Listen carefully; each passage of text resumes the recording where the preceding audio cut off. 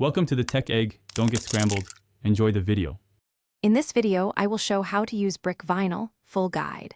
Start by measuring the wall and planning panel layout to minimize seams and waste. Choose adhesive recommended by the manufacturer and allow acclimation time for panels.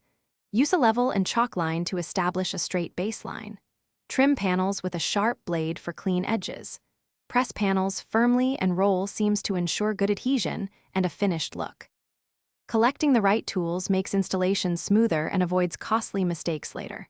Pick a sharp utility knife, long straight edge, measuring tape, and a reliable level for accurate cuts.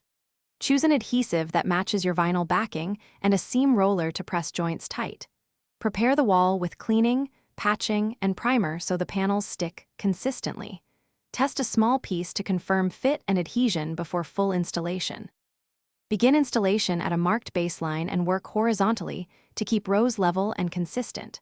Apply adhesive per instructions and press each panel from center outward to remove air and ensure full contact. Match patterns across seams and use a roller to secure edges. Cut panels to fit outlets, corners, and trim with a sharp blade for clean lines.